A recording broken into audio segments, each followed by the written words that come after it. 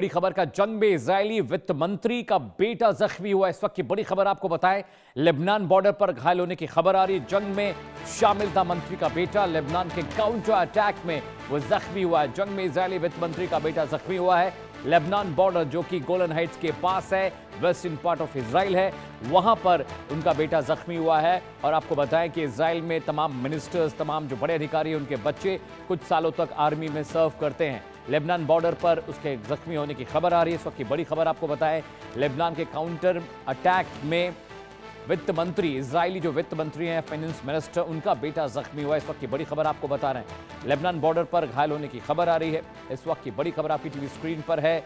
जंग में वित्त मंत्री का बेटा शरीक था और कैप्टन यूके देवनाथ साहब हमारे साथ लगातार बने हुए हैं। कैप्टन साहब, एक रवायत है इजराइल में, जब मैं वहां पर गया रिपोर्टिंग के लिए तो मैंने देखा कि हर फैमिली में किसी न किसी को सर्व करना पड़ता है। और हमारे यहाँ अमेरिका में अमूमन पुरुष ऐसा करते हैं, लेकिन वहाँ पर हमने देखा है कि महिलाएं भी सर्व करती हैं और बहुत खुशी के साथ वो जाती हैं वहाँ पर आर्मी में सर्व करने के लिए। और बड़े बड़े जो मंत्री हैं, बड़े जो कारोबारी हैं, जो बिजनेसमैन हैं, जिनके बच्चे चाहें तो ऐश और आराम की ज़िंदगी जी सकते हैं, वो भी आर्मी में सर्व करने के लिए जाते हैं। सर जी हाँ, ये 1947 से 48 में जब इजराइल आजाद हुआ तो उनके सामने एक बहुत बड़ी दुविधा थी। दुविधा ये थी कि देश की पॉपुलेशन बहुत कम थी। उस वक्त इजराइल की पॉपुलेशन थी महज 20 लाख 30 लाख, लेकिन उनको एक बड़ी आर्मी की दरकार थी। तो 20 लाख 30 लाख की पॉपुलेशन अगर है और अगर उनको एक आर्मी मेंटेन करनी है जिसकी की संख्या 2 लाख 3 लाख हो, तो जाहिर बात है कि हर युवा को जिसकी उम्र 14 या 16 से ज्यादा है और हर पुरुष को जिसकी उम्र 60 या 65 से कम है, आर्मी में कुछ दिनों के लिए 1 साल या 2 साल सेवा देनी पड़ेगी। आज भी वही इक्वेशन चल रहा है वहां पर कि इजराइल में टोटल ज्यूज हैं, समझिए अगर हम मान लें कि इजराइल की टोटल पॉपुलेशन 1 करोड़ है, उसमें से 80 लाख जो ज्यूज हैं, हर घर से एक व्यक्ति को फौज ज्वाइन करना ही पड़ता है, क्योंकि उनकी वो हमेशा मेंटेन करते हैं 2 लाख की आर्मी और 3 लाख का रिजर्व। तो 5 लाख लोग अगर वर्दी में रखने हैं तो आपको हर युवा को जिसकी उम्र 16 साल 18 साल हो गई है उसको फौज में लेना ही पड़ेगा। तो उन्होंने ये नियम बनाया है कि आप जिस दिन 16 साल 18 साल 19 साल के होते फौज ज्वाइन कीजिए, अपनी 2 साल की या 3 साल की मिलिट्री ड्यूटी कंप्लीट कर दीजिए। उसके बाद आप अपने सिविलियन रोल में जा सकते हैं। तो चाहे मंत्री जी का बेटा हो, चाहे अमीर आदमी का बेटा हो, सबको फौज 2 साल के लिए ज्वाइन करना पड़ता ही है। वहां पर एक और चीज है कि महिलाओं को भी रिजर्व में रखा जाता है। जितनी महिलाएं हैं हर साल उनको ट्रेनिंग के लिए बुलाया जाता है, 15 दिन की ट्रेनिंग दी जाती है, ताकि युद्ध की स्थिति में महिलाएं भी बैटलफील्ड में जाकर पुरुषों का सहयोग दे सकें। अभी तक उन्होंने एक्टिव कॉम्बैट में, यानी जो फ्रंटलाइन यूनिट है वहां पर महिलाओं को भेजा नहीं है, लेकिन महिलाएं यूनिफॉर्म में होती हैं और युद्ध क्षेत्र में जो सपोर्ट रोल देना होता है उसमें महिलाओं का बढ़ चढ़ कर भागीदारी होती है। वहां पर यह भी नियम है कि अगर आपको कोई सरकारी नौकरी करनी है, किसी भी, जैसे हमारे यहाँ पे भी लोग सरकारी नौकरी करते हैं, तो इजराइल में भी अगर किसी को सरकारी नौकरी करनी है तो नौकरी करने के पहले देखा जाता है कि उसने अपने 2 साल का जो मिनिमम सेवा देना होता है फौज में वो दी की है नहीं। अगर वो ऐसा नहीं करेंगे तो उनके लिए 5 लाख की जो फौज है और रिजर्व है वो मेंटेन करना असंभव है। पॉपुलेशन बहुत कम है।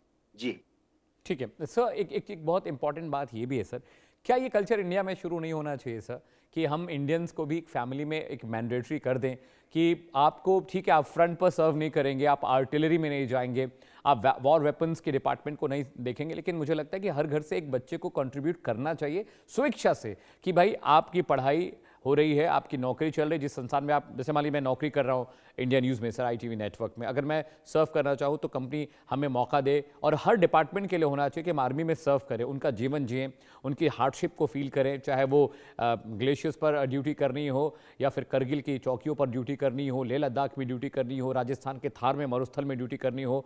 तो ये हमें लगता है कि ये इंडिया में भी एक कायदा कानून आना चाहिए, और जो स्वेच्छा से जाना चाहें सर उनको मौका मिलना चाहिए, चाहे वो महिलाएं हों चाहे पुरुष हों। मुझे लगता है सर इससे ज़्यादा संगठित और इससे ज़्यादा एक महसूस करता है राष्ट्र अगर वहाँ के हर नागरिक आर्मी के साथ काम करता है, वहाँ रहता है सर। तो हाँ, अमित जी, जो आप कह रहे हैं उसमें सब्सटेंस है, ऐसा होना चाहिए। हम्म। लेकिन भारत में इसको करने की एडमिनिस्ट्रेटिव दरकार नहीं हुई, हम्म। क्योंकि देखिए, अभी जैसे बात कर रहे थे, इजराइल में पॉपुलेशन है 1 करोड़, 5 लाख की फौज मेंटेन करते हैं, आर्मी, नेवी, एयरफोर्स और रिजर्व मिलाकर। भारत की फौज 5 लाख से डबल है, यानी करीबन 10 लाख है। Yes sir. लेकिन भारत की पॉपुलेशन 1 करोड़ नहीं है, हमारी पॉपुलेशन है 140 करोड़। Right sir. तो हमारे यहाँ पर यह प्रैक्टिकली जरूरत भी नहीं है, हम्म। और हम ऐसा कर भी नहीं सकते हैं। हर साल कितने बच्चे ऐसे हैं जो कि 16 साल 17 साल की उम्र कंप्लीट करके 18-19 साल के होते हैं? हम्म। 1 करोड़। हर साल 1 करोड़ युवा हमारे यहाँ पर, मैथमेटिक्स हमारे यहाँ ऐसा कि हर साल 1 करोड़ बच्चे पैदा हो रहे हैं, और हर साल 1 करोड़ बच्चे जो हैं वो किशोर अवस्था से एडल्टहुड में जाते हैं, यानी 18 साल कंप्लीट करके 19-20 साल के होते हैं 1 करोड़ बच्चे। तो हमारी फौज ही मात्र 10 लाख की है, आर्मी, नेवी, एयरफोर्स मिलाकर। तो हमें एडमिनिस्ट्रेटिवली पॉसिबल नहीं है कि 1 करोड़ बच्चों को हम फौज में, army, navy, air force, BSF, CRPF में भेजें। क्योंकि पॉपुलेशन हमारी इजराइल के मुकाबले 50 गुना 100 गुना ज्यादा है। तो एडमिनिस्ट्रेटिव रिक्वायरमेंट नहीं है हर बच्चे को फौज में भेजने की। जो ज्वाइन करता है, गुड, वेलकम। ज्यादातर गांव से आते हैं, समाज के नीचे के तबके से आते हैं, अच्छी बात है, गुड, वेलकम, आइए, रिटन टेस्ट पास कीजिए, इंटरव्यू पास कीजिए, दौड़ भाग पास कीजिए, ज्वाइन कीजिए। मैं आपको बताता हूं कि हमारे यहाँ वॉलंटियर्स की कमी नहीं है। देखिए, इजराइल में क्या होता है मैं बताता हूं, यूरोपियन देश में क्या होता है मैं आपको बताता हूं, अमेरिका में क्या होता है मैं आपको बताता हूं। अगर वहां जबरदस्ती वाला सिस्टम ना हो, तो इजराइल में हर एक व्यक्ति फौज में क्यों जाएगा? अमेरिका में एक व्यक्ति, बच्चा, एक माँ बाप अपने बच्चे को फौज में क्यों भेजेंगे? सबके घर में 2-2 कारें खड़ी हैं, सब हर रोज 4000 कैलोरी का खाना खा रहे हैं, सबके पास इतना धन है कि उनकी पीढ़ियों निकल जाएंगी बिना काम किए हुए। लेकिन भारत में क्या होता है? तो राइट सर। अमेरिका में मैं बताता हूं, अगर उनको 1000 रिक्रूट चाहिए और वॉलेंटरीली छोड़ दें, तो लाइन में 800 लोग आके खड़े होते हैं।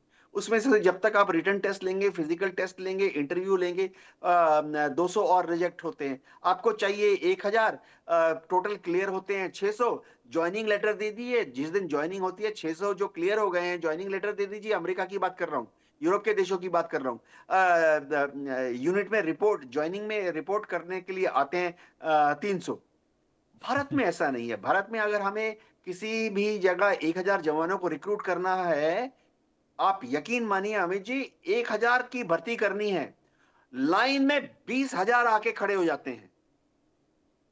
Alright sir. हम उनको दौड़ाते हैं, रिटर्न टेस्ट लेते हैं, इंटरव्यू लेते हैं, उनमें से हम 2000 को पास करते हैं, 2000 को ज्वाइनिंग लेटर देते हैं। 1000 चाहिए, 2000 के 2000 रिपोर्ट करने पहुंच जाते हैं कि ज्वाइन करा लीजिए। तो भारत में जो सांख्यिकी है, स्टैटिस्टिक्स है, उसमें जबरदस्ती या alright sir. Compulsory military captain service की साहब, जरूरत नहीं बहुत है। बहुत शुक्रिया, it was wonderful having you on the show, और जो इनसाइट्स आपने बताई हैं, I'm very sure दर्शकों के लिए बहुत यूजफुल होगा। फिलहाल बहुत बहुत शुक्रिया हमें ज्वाइन करने के लिए। इस बीच एक बड़ी खबर